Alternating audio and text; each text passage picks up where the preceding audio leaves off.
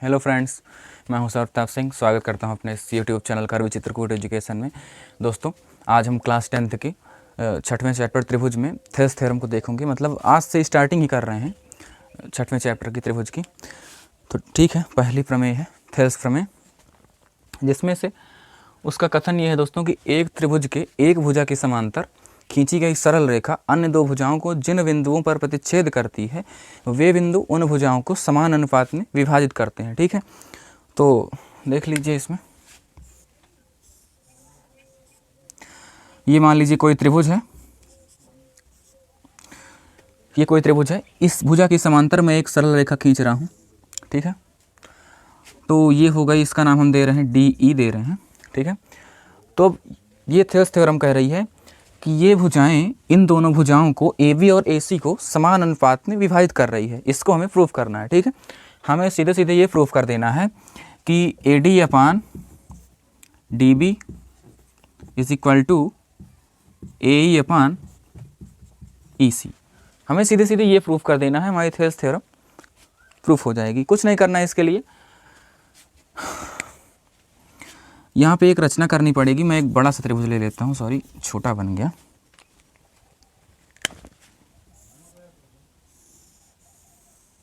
ठीक है, A B C D ई, इन दोनों को मिला देना है दोस्तों। ठीक है, इन दोनों को मिला करके यहाँ पे एक लंब डालना है और इधर से एक इसमें लंब डालना है। बस इतना करना है। ठीक है, इन दोनों को हमने सिर्फ मिलाया है। इनमें डी, वो यहाँ पे डी एक्स लंब ए सी और यहाँ पे वाई कर दीजिए तो ई वाई लंब ए बी। ठीक है, बस इतना करना है, आपकी थेल्स थ्योरम सॉल्व हो जाएगी। ठीक है, देखिए फिर ये स्टेटमेंट लिख गया हो तो मैं मिटा दूँ। स्टेटमेंट मिटाए दे रहा हूँ।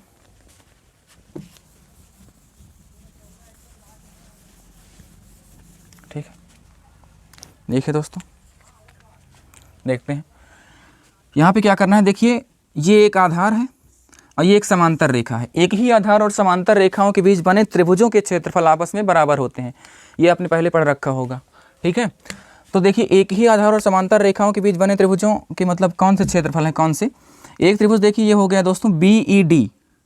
देखिए, ये हो गया बी ई डी, और एक त्रिभुज हो गया दोस्तों सी ई डी, ये वाला। कहीं तो मैं इनको अलग निकाल लूँ। ये एक त्रिभुज देखिए ऐसा करके हमारा ऐसा है, ये है सी ई डी। ठीक है, और एक त्रिभुज है हमारा, ये त्रिभुज है, ये है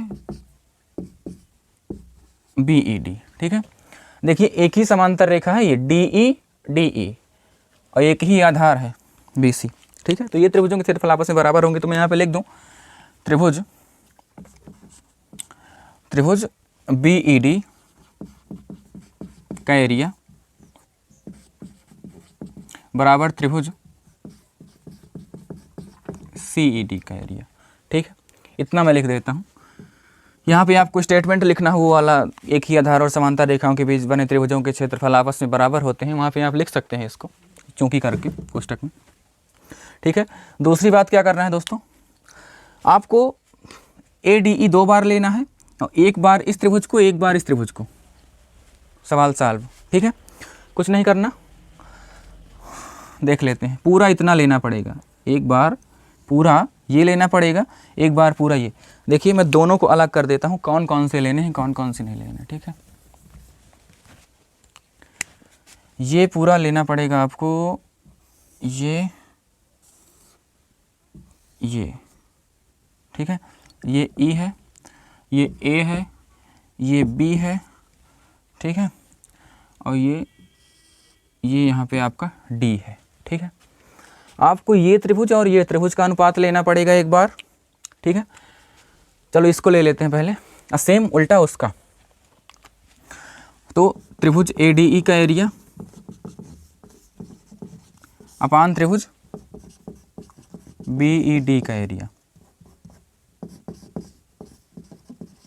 ठीक है, तो यहाँ पे हो जाएगा 1/2, त्रिभुज का क्षेत्रफल होता है 1/2 आधार गुणे ऊंचाई, ठीक है। तो 1/2 आधार, लंब क्या होता है दोस्तों, आधार मतलब जिसके ऊपर लंब डाला गया हो वो आधार होती है, ठीक है। जैसे देखो मैंने ई वाई यहाँ पे रख दिया, तो सॉरी यहाँ पे इसका पार्ट ये भी है, तो ई वाई यहाँ पे पार्ट, ई वाई यहाँ पे लंब है, ठीक है। तो जब ई वाई इसमें लंब गया है दोस्तों, तो हम इतने त्रिभुज की बात कर रहे हैं, तो हमारा आधार क्या हो गया, ए डी। तो आधार ऊंचाई मतलब ई वाई, ठीक है। इसके लिए भी सूत्र तो सेम ही होगा 1/2, पर इसके लिए आधार चेंज हो जाएगा क्योंकि हम इतने त्रिभुज की बात कर रहे हैं, ठीक है, इतने त्रिभुज की। तो इतने त्रिभुज में भाई देखिए लंब पूरा है, मैंने ये नहीं कहा कि ई वाई लंब ए डी, मैं लिख भी दूँ यहाँ पे कि ई वाई लंब पूरा ए बी है, ना कि ए डी। अगर ए डी लंब होता तो हमारा आधार क्या होता, सॉरी हमारी ऊंचाई दूसरी होती, ऊंचाई हमारी ई वाई नहीं होती इस त्रिभुज में। पर अगर मैंने लिखा है कि ई वाई लंब ए बी मतलब पूरी भुजा में लंब है, तो फिर इसके लिए भी ऊंचाई ई वाई ही होगी, ठीक है। तो इसके लिए आधार होगा हमारा बी डी, ये हो गया ई वाई। अब ई वाई से ई वाई कट गया, 1/2 से कट गया, क्या बचा, A D upon B D, A D upon B D बचा, ठीक है दोस्तों। सेम इसको आप समीकरण 1 दे दीजिए, सॉरी इसको 1 करिए, इसको 2, ठीक है। अब तीसरा, एक लाइन में देखना साल होगा। तीसरा दोस्तों आपको क्या करना है, तीसरा आपको ये वाला लेना है, देखिएगा ये करके ये और ये सेम है, मैंने इसको निकाला है बाहर, इसको इतने को मैंने बाहर निकाला है, इतने को कि आपको आसानी हो समझने में। एक बार मैंने इतना निकाला है, इतना, ये इसको निकाला, ये एक बार हम इसको निकाल रहे हैं, ठीक है। इतने में निकालने के बाद दोस्तों ये तो आपको पता ही था, डी था, ये क्या था, ई था, और ये था आपका ए, ये आपका था सी, ठीक है। पर इसमें लंब देखिए चेंज होगा, यहाँ पे हमने लंब डाला था एक्स, ये देखिए मैंने बोला ना इतना लेना है इस बार, तो इस बार वाला अलग कर लिए, ठीक है। सेम प्रोसेस इसी प्रकार लिख देते हैं, यहाँ पे लिखना हो लिखिए, ना लिखना हो ना लिखिए, कोई बात नहीं है। त्रिभुज ए डी ई का एरिया अपान त्रिभुज सी डी ई का एरिया, सूत्र दोनों के सेम ही रहेंगे। त्रिभुज के क्षेत्रफल का सूत्र वही होता है, आधार गुणे ऊंचाई, 1/2 आधार गुणे ऊंचाई, ठीक है। 1/2 मैंने बोला था जिसके ऊपर लंब डाला जाता है, मतलब जिसके ऊपर लंब पड़ता है वो आधार होती है भुजा। अगर हम इतने त्रिभुज की बात करें, इतने त्रिभुज की, इस वाले त्रिभुज की, तो देखिए लंब इसमें गया है, तो इसका आधार क्या हो गया, ए ई, क्या हो गया, ए ई। ऊंचाई क्या हुई, मैंने जैसे इसमें बताया था कि ई वाई ऊंचाई हुई, तो डी एक्स इसमें हो गई ऊंचाई। सेम इस तरह C D E, C D E, C D E में देखिए सेम इस तरह इसमें भी है कि डी एक्स लंब ए सी, ना कि डी एक्स लंब ए ई, तो इसके लिए भी क्या हो जाएगा आधार ई सी। तो 1/2 आधार ई सी, ऊंचाई क्या हो जाएगी डी एक्स, डी एक्स दोस्तों डी एक्स से कट गया, 1/2 से कट गया, ए ई अपान ई सी बच गए। समीकरण 3 इसको दे दीजिए। अब देखिएगा हमें प्रूफ क्या करना था, A D upon B D, A E upon E C, दोनों बराबर हो गए दोस्तों, ठीक है। तो हम यहाँ पे क्या लिख देंगे, समीकरण 1, 2 तथा 3 से, ठीक है। समीकरण 1, 2 से लिख देंगे हम A D upon D B तथा बराबर A E upon E C.